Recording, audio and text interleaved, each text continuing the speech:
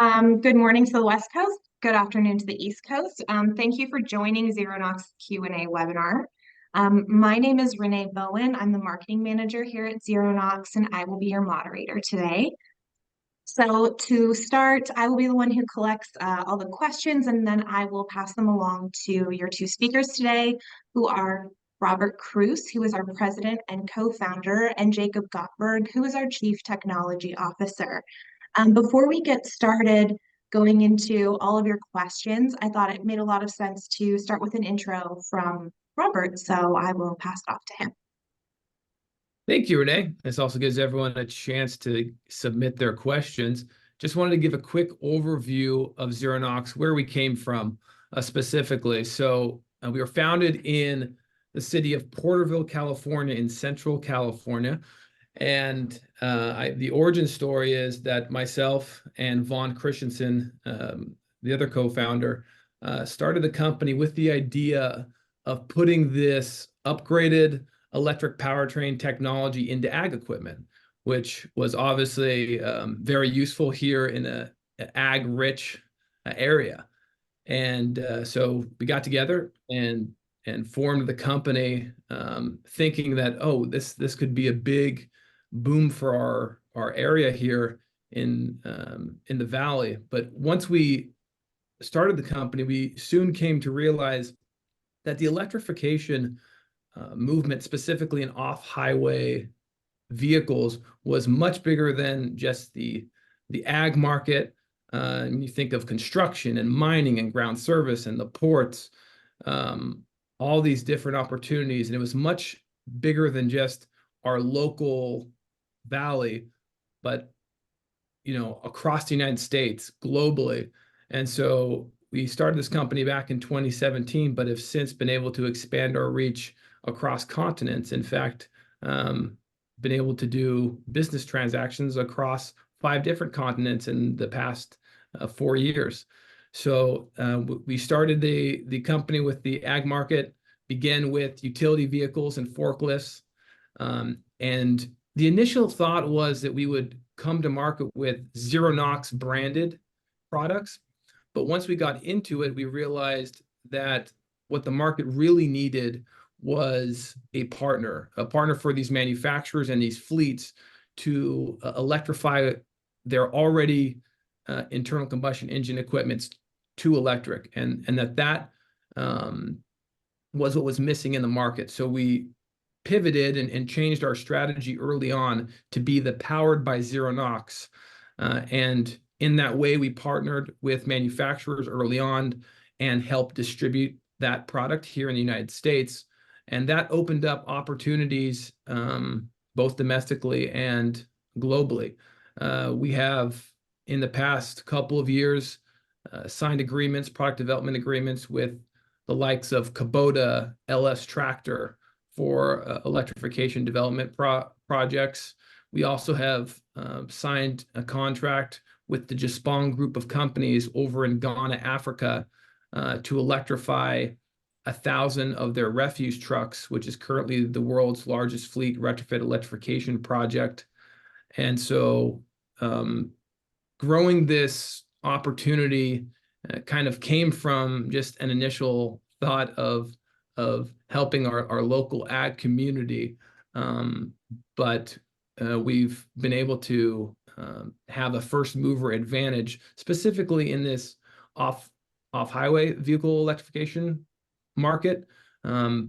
But as we've done this Jaspong project, we realized that the platform that we created for the electric powertrain actually expands into some of the commercial and industrial heavy duty equipment, such as refuse trucks, terminal tractors, transit buses, etc. And so we will soon be opening up that market specifically here in California, and then looking to push that across the United States. So that's where we stand today. Hopefully that bought enough time for some questions. So Renee, I'll pass it back to you. Okay, I've got one that I think is a really good starter question. Can you explain your business model and how you generate revenue? Yeah, so we have a few different business lanes. So our main piece is obviously to be this preeminent electrification partner for manufacturers and for fleets.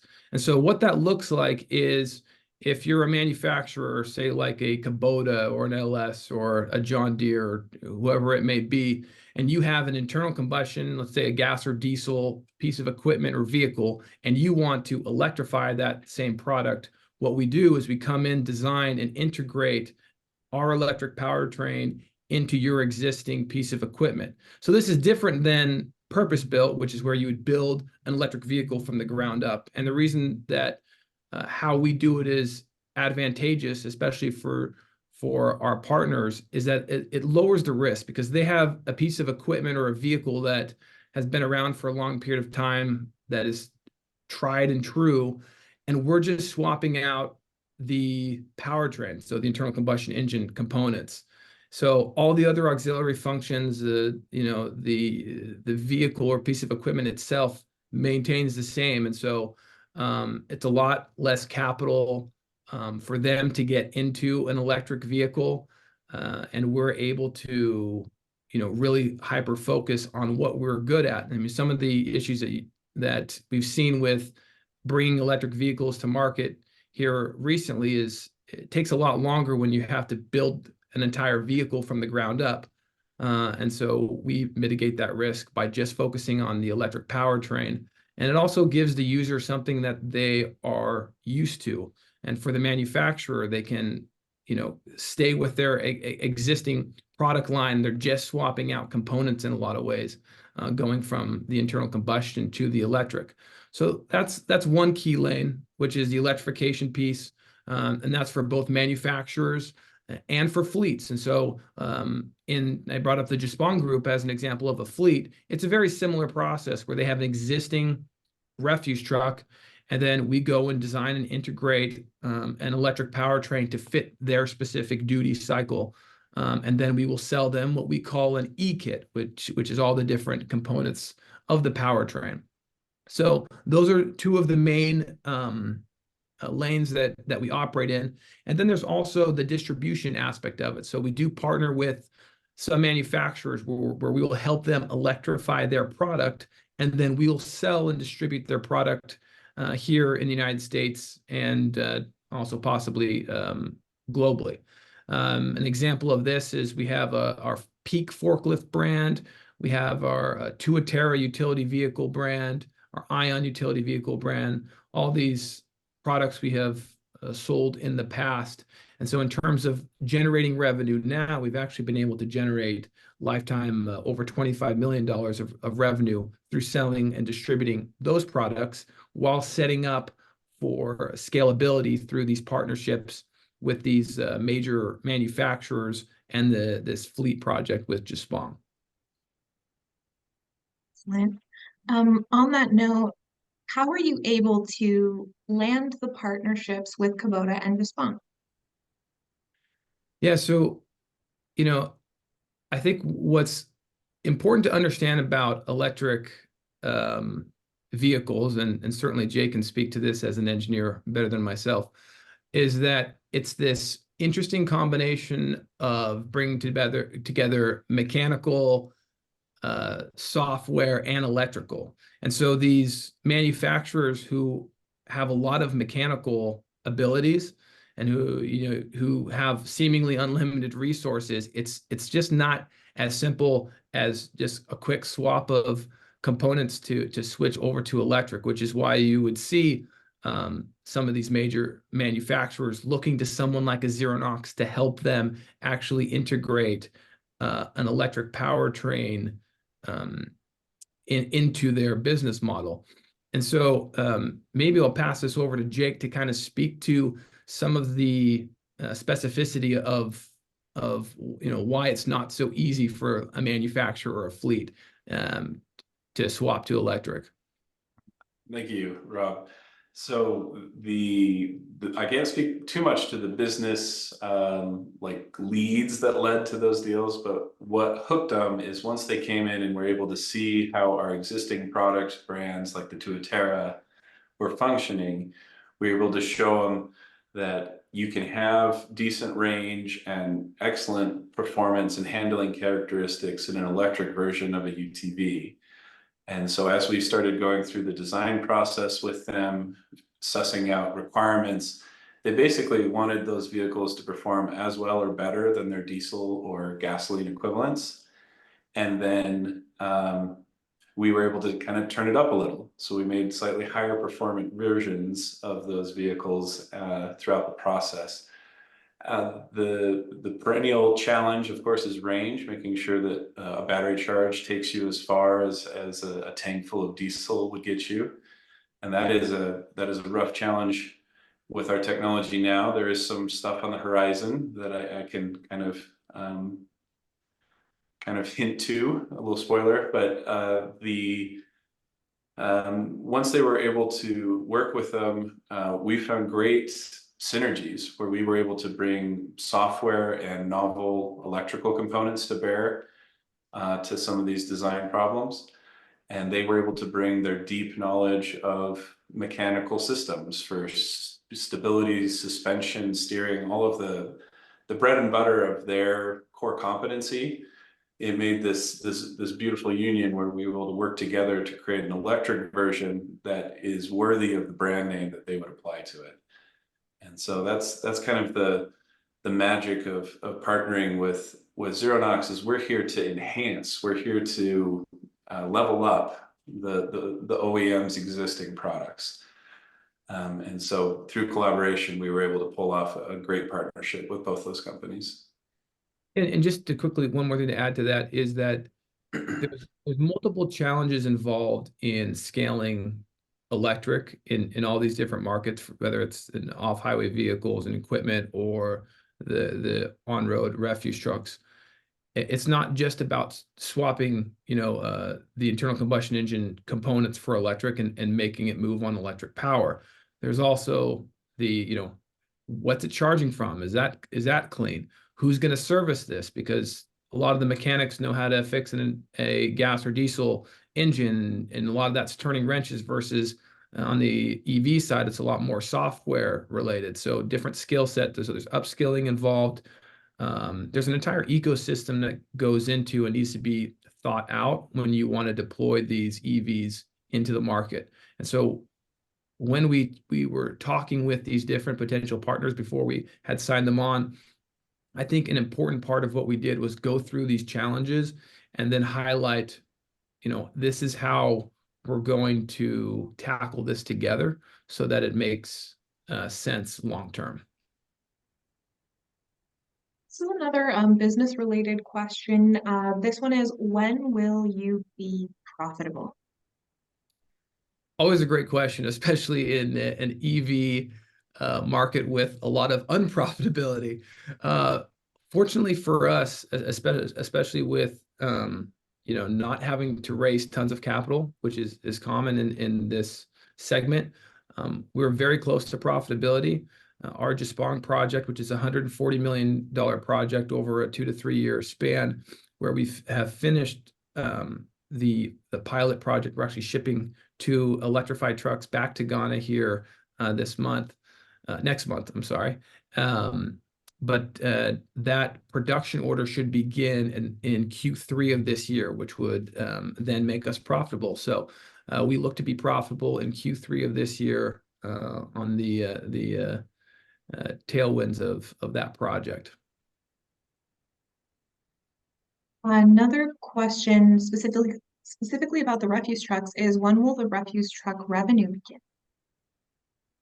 Yeah, and I kind of brought that up in my answer on the last one, but around Q3, we should be seeing production orders of that. The plan there, so we have 1,000 that we were in contract for. We plan on doing 50 per month once we get the production rolling over in Ghana. So look to Q3 of this year to start seeing revenue from that project. All right, another one here is, what vehicles have you retrofitted? Yes. Mr. Gotberg, would you like to take that? Excellent. Yeah. So we have a variety of classes and then types within those classes. So I'll start with the UTV style. Obviously, we worked with our partner at Tuatera and have that UTV style. This off-road utility vehicle, and not quite a full pickup truck, not quite an ATV. It's the class in between. Seeing the success of that, we were approached by partners from like Kubota, and we worked with them to work on products in that same range. We've also been in touch with a tractor manufacturer. We've worked to complete prototypes on 2 different styles of tractor. And the largest vehicle that we've been working on is these Class 8 and Class 7 trucks, often fitted with refuse capabilities. And then sort of a smaller lift, pun intended. The forklifts had already been converted to electric a while ago with the advent of lead acid batteries. But we've worked with partners to either enhance the batteries or design a higher voltage lithium version from the ground up. And so in the forklift front, we've had conversions there as well on a few different classes of, different size of forklifts, the tonnage, etc. So I say that's the breadth and width of what we are able to disclose right now. Right. This one is, what are your plans for future technological advancements in fleet electrification? They give examples: battery tech, autonomous driving, connectivity. Excellent question. Can I just jump on this one, Mr.? Oh, you. Okay. So let's start with batteries. We have, right now we're using a LFP, or lithium ferrous phosphate chemistry in our battery packs. It gives us an excellent cost and performance and safety mix.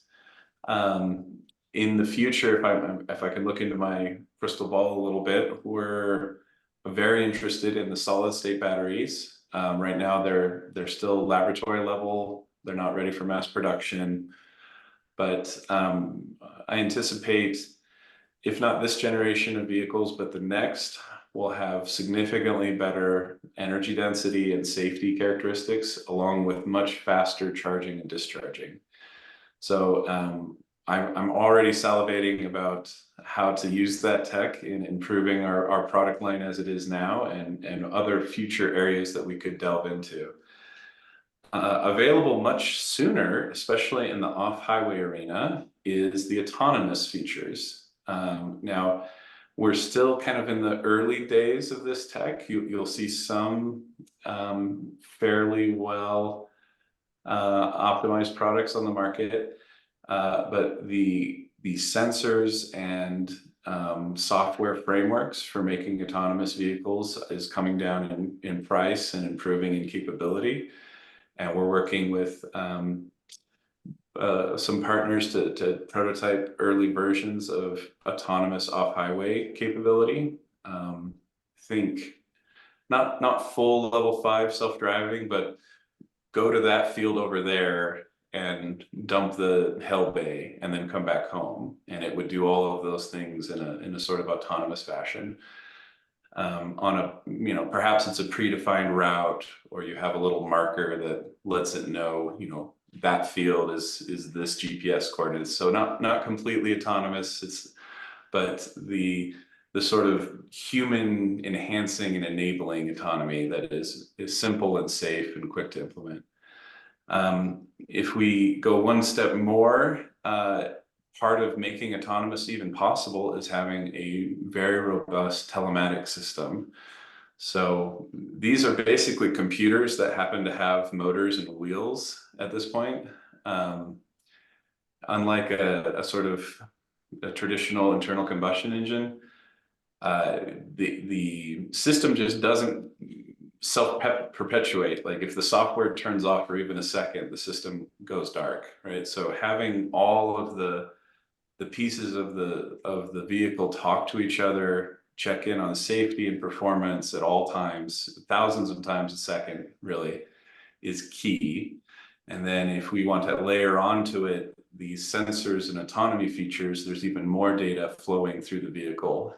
And being able to collect that and analyze it, and then send it back to a remote place for analysis and monitoring, that piece for the future. We may not put the full enchilada in every vehicle, but we want at least every vehicle to have very basic self-diagnosis and maintenance capabilities. And for those partners that would get the value from it, it would be a full telematics package with dashboarding and geofencing and preventative maintenance and prophylactic air analysis. We have all of these plans. I'm going to keep it somewhat vague as this is a public forum, but these are just off the top of my head, the future tech advances that I'm interested in, and that we have either already started implementing or is on our roadmap for the near future. Excellent. This one is, are there any plans for partnerships, acquisitions, exit strategies in the long term? Yes, always planning. So I'll start with, exit strategies is, we recently kind of walked away from a SPAC opportunity just because the market wasn't right. As we know, the economy right now and the SPAC market right now is not good. So we chose to stay private a little bit longer. So we are looking to do an IPO maybe in the next 12 to 24 months. So that's on our radar.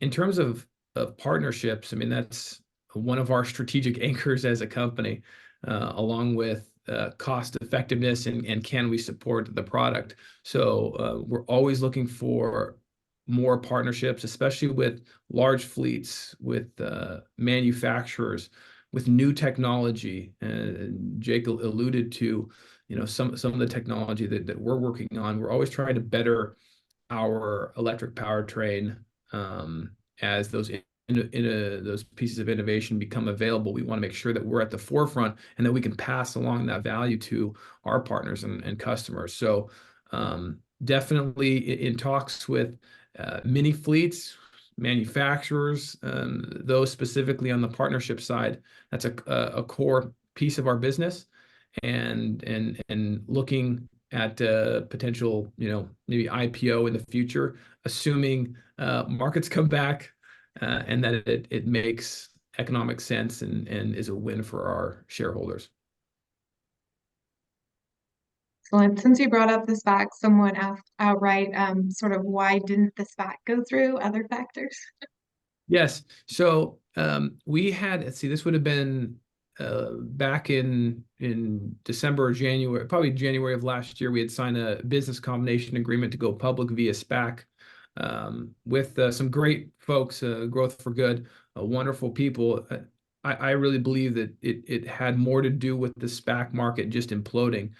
So if you follow those things, you'll see that SPACs, especially EV related SPACs, really did poorly. So what happened is we got to the final hour there, and there wasn't the capital in to make sense to move forward with the deal. And so we felt that it wasn't the right timing to go public. The economy being the way it was, the way that a lot of EV companies have struggled in, hitting projections, and we're seeing a lot of burning through capital, and we felt like we would be negatively impacted by perhaps others' mistakes. And so we felt it best to walk away from that for now, just focus on getting to profitability, execution on these contracts, and wait for the economy to settle down, for the market to settle down, and get investors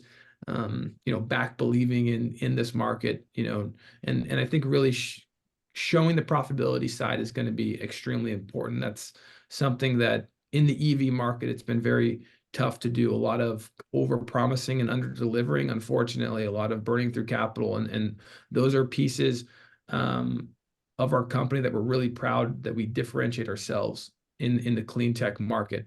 But timing is everything, and the timing wasn't right to do a SPAC, certainly, and even to go public, I would say. So those are the reasons why the SPAC didn't end up going through. Great. This one is about our powertrain. How is a ZeroNox powertrain different from the competition? Plus, what do you have as IP? It's magic. But Jake, please explain. So the ZeroNox powertrain, we have a fun name for it, is ZeroNox electric powertrain platform. So we have a lot of components that we hold in common, where we have a lot of, in engineering speak, we have a lot of heritage and experience with them. And so while a individual component may be tending towards a commodity, the package deal with our software and control and telematics and the screen, the pieces that have the most intelligence in them are the ones that we control most closely. We're unwilling or unable to fully source those from just anywhere off the shelf. Like, we have to make it our own so that we have that control and capability to provide really the long-term service. There's a lot of hobbyists who will turn your Honda, Civic into an electric version if you're willing to pay $100,000 for it. But good luck getting service and support on that in the future. We have the same sort of challenge as we're working with these OEMs. Anyone can slap an electric motor on a bench and make it spin. Making it spin performantly and feel smooth and good as a driving experience, and then have the support chops to keep up with it in the long term. That's really where we've managed to differentiate ourselves from the crowd, is in that stack. And so for intellectual property, then obviously all the code we author is proprietary and under copyright, but then we have patents on key areas ranging from handling high and low temperatures within batteries, to the way that we break our battery into smaller packs and then put them back together, allowing us to kind of stash the batteries all over the vehicle and have them work together as a single giant battery. We also have the proprietary software and the telematics and control systems.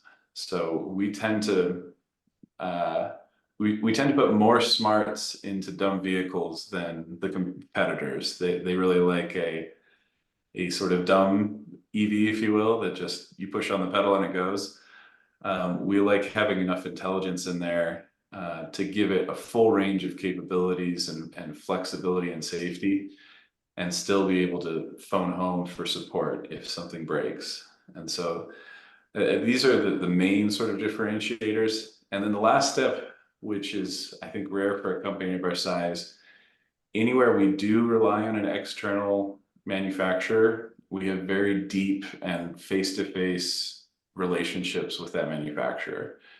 So I've done the time traveling through Asia to go factory to factory and make sure that every widget that goes into our vehicle, we have a relationship where we have like deep understanding of the need of both the factory and what us on the production line need. And we have that tightly knit platform ready to go. And the second piece to which Rob alluded to earlier is, because we have this platform that is ready to go with a lot of very honed components and really good relationships with the vendors.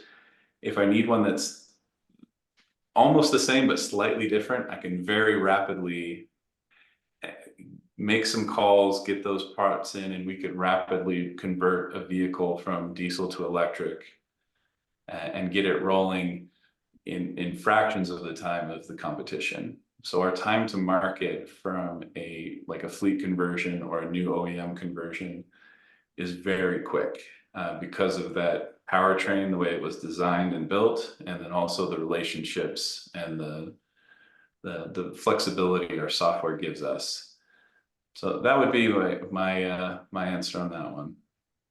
And I'd like to overemphasize the importance of writing and controlling the underlying software related to the battery management system, the vehicle control unit, the motor controller. That is the key to the performance and success of the whole powertrain, and also the ability to actually support the product. And some issues that we've seen in the EV market is when companies just drop shipping an EV product from China, for instance, and then they don't have the ability to actually go in and, hey, there's an issue with the battery. They can do nothing about it because they didn't write the code. They don't have access to the code to fix it. And I think it's probably fair to say that 80% of the issues that you're going to have with an electric vehicle are going to be software related. And so if you don't have access or control to that underlying software, you are going to put yourself in a bind, especially your customers who are relying on that for the service piece. Amen. Good stuff. The next question is, how do you plan to create value for investors over the next 5 to 10 years? So I brought up a few of these differentiating points, but a couple of neat parts about ZeroNox that separates us from other EV type companies is, one, we have more lifetime revenue than capital raised, which is quite a novelty, I think. So I think I mentioned earlier we have over $25 million of lifetime revenue, and we also have a very large backlog. I brought up that the Jaspong order here that will be beginning this year, $140 million over the next 2 to 3 years. And then also, obviously, we have the projects that are underway with our manufacturers, and brought up LS and Kubota. So we have a very good runway of backlog to grow our revenues. But I would say in this market, even more importantly, is that we have put ourselves in a position where we can get to profitability quickly, and that we're not drowning in burning through capital. And a big reason for that is because we're not a manufacturer. You think about, what are the really capital intensive pieces of this business? EV companies who have to go and build a manufacturing facility, which costs in the billions of dollars, for instance. We don't have that type of need, because we're partnering with an existing manufacturer who already has a manufacturing facility, and we're a component supplier for them once we design and integrate our electric powertrain. So that's a really key differentiator that I think will lead to the growth of our shareholders, especially as the market is looking for differentiating companies because of all the failures going on in terms of overpromising, under-delivering, raising too much capital, burning through too much capital. So I think that we are setting our shareholders up for success once we do some sort of exit in the future. And as we look to scale our company, the projects that I mentioned, which are multi-million-dollar projects, are just a few, and we have many more in the works. And I believe it will become a snowball effect as we get more and more of our products and powertrains out there, being that there are not a lot of competitors doing what we do in the retrofit side of electrification. It's going to continue to open up a lot more opportunities than even what we have right now. Yeah. The next question here is, can you speak to the environmental impact of your electric fleet solutions compared to conventional vehicles? Jake, you want to take that one? Yeah, of course. So there's the kind of the after it's been manufactured and before it's been manufactured. So obviously, when you see an electric vehicle drive by or go work in the field, it's not producing any carbon dioxide or any other pollutants as it goes about that day. But to take a more holistic view of it, the emissions, both in terms of pollution and carbon from a, let's say, a diesel equivalent, those are all offset by charging it with electricity. Now, unfortunately, the way we charge electricity matters. So if you live in a place predominantly powered by coal or something, like you're just moving the emission source. Thankfully, most grids across the US and even across the world have slowly transitioned into more renewable sources. So if your grid is fairly green, taking its power from hydroelectric, solar, wind, nuclear, etc., then there is very little emissions in the actual moving about of the vehicle. For an analysis we did on those 1,000 diesel trucks in Ghana, the offset in environmental damage was measured in like million tree equivalents. I mean, we're talking a huge amount of carbon equivalents being taken out of the atmosphere just in that particular one. For the totality of the vehicle, you also have to account for mining the lithium and building the motors, which are copper intensive, et cetera. So in the total cost of ownership, as long as you're using a chemistry like we do that isn't rich in cobalt, unlike the NMC chemistry, we're using LFP, and LFP is like iron's about as abundant as it comes on Earth. So you still have to mine the lithium, but the phosphorus and the iron is very abundant and easy to mine. So that impact is minimized compared to other electric vehicles. And the good news is recyclability of those battery packs is very high. In fact, the anodes, the part of the battery sandwich, if you will, the anode and cathode, when you can recycle those, they're actually slightly more performant than the original anodes to begin with. So we have a lot of recyclability. We're not using exotic chemicals like cobalt that are difficult to mine. And so on the whole, the vehicle is more efficient. It does more with less energy. The energy source can be much greener. And over the life of the vehicle, you're looking at a very large impact in the sort of specifically air quality of the local area it's used in.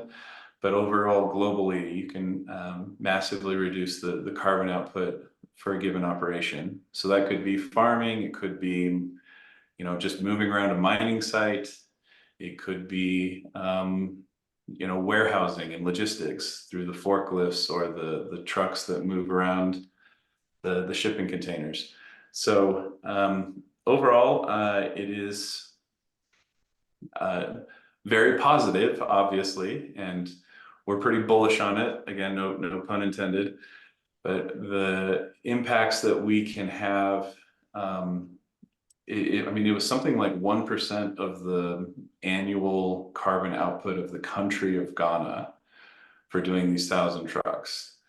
So the small, you know, modest things that add up very quickly to make a big impact in the environmental output for the country and the world, frankly. And just to add to that, because that was a very detailed answer by clearly a rocket scientist. On the Jaspong project, over a 5-year period, once that fleet is electrified, that would be the equivalent of approximately 400,000 metric tons of CO2 eliminated. And to Jake's point, on the trees, which is equivalent to about 18 million mature trees. So that environmental impact just on that one fleet electrification project is absolutely massive. I think we've got time for, oh yeah. I think we've got time for one more question. So I'm going to pick a fun one here. Are there any solutions EV isn't good for? So I have some thoughts here, Jake, and then I'll let you go as well. One thing that we really focus on here at ZeroNox is specific duty cycles that fit electric well.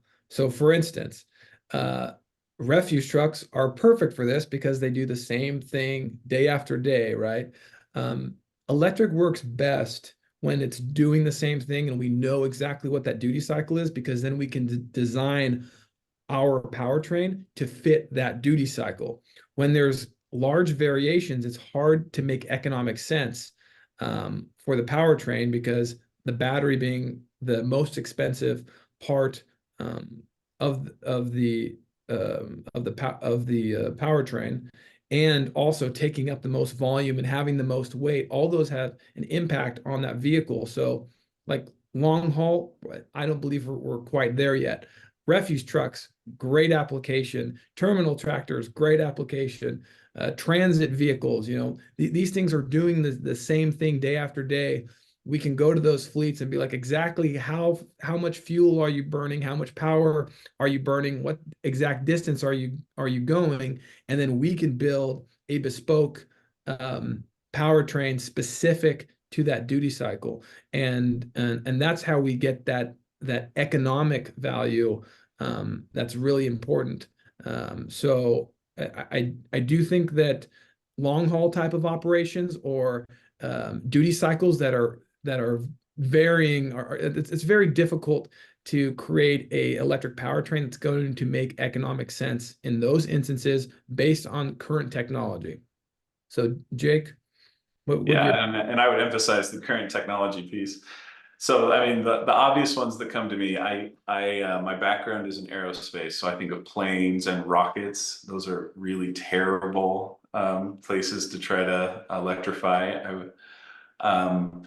But if I were to generalize the problem, unknowable duty cycle, as Mr. Rob said, or extreme duty cycle far away from the grid. So you think of like a mining operation. I need to move 6,000 tons from this scoop from here to over there. Unless you have a stable connection to the grid, then getting enough energy rapidly enough for those extreme duty cycles is very hard. There are very specific use cases where they've successfully done it. But the places where it doesn't make sense now is extreme duty cycles, highly variable duty cycles, or duty cycles far from electric infrastructure. I would say those are the three broad classes. And so things like outer space, there's no outlets in outer space, there's no outlets over the Pacific for a long haul flight. And then far away from civilization at a mining facility, you may or may not have stable connection to the grid. Or if you do, it's through diesel generators. And so you're just moving the diesel to a different place. Some that have already been electric for a long time is in trains, and they have massive like weight loads that they can move. We've been using diesel hybrid train locomotives for decades. With a small upgrade to some of those train lines, they could be full electric. And so that's kind of one of the obvious ones. The last one, I would say like motorsports, but even like Formula E and even there's some electric Baja races. Like I don't think the traditional places that we think like, oh, an electric motor won't do well here. I don't think that's true anymore. I think a lot of the sort of funner applications, even boats, there's like little electric private boats that do quite well as long as they get back to the dock every night and they can charge there on the dock, then they're very happy with their electric boats. So yeah, it's a shrinking list, but I think we touched on all the big ones. Well, And I thank do you want to both. emphasize the yet with current technology. Yeah, 2 or 3 years that, especially with solid state batteries or some of these other rapid charging techniques that we have, that world of things that are inappropriate to be EV would shrink quite drastically. I want to thank both of you. I'm hoping this is not our only webinar and we get more of these great questions. Thank you to everyone who gave questions. These were excellent. Look forward to more. So yeah, I guess I'll hand it off to you guys. Any final things to say before we wrap up today? Yeah, just, definitely would like to invite you to be a part of the ZeroNox family. And hopefully you see the value in what we're doing. It's exciting and very much fun to be a part of the innovation going on in the electrification movement. And I think how we're doing it here at ZeroNox is differentiated, is I think more pragmatic, which is what we need, I think, to really push electrification to where it needs to be. We're very thoughtful in the projects that we go after. Is it cleaner? Everyone's for cleaner technology, but is it economical? Is the performance going to be there? Is it the right duty cycle in the right climate? So I think that our approach and looking at the entire ecosystem and involved for scaling EVs separates us from a lot of EV and clean tech companies. And so just would like to invite you to be a part of that. We'd love to have you as part of the ZeroNox family, and we're excited to see what the future holds for our innovations. So thank you. Couldn't have said better myself. I think it's a question of when the world is going electric, not if. And so I think ZeroNox has got the winning strategy now and in the future to help the world transition one project at a time. You should be a part of it. Thanks, guys. Thanks, everyone.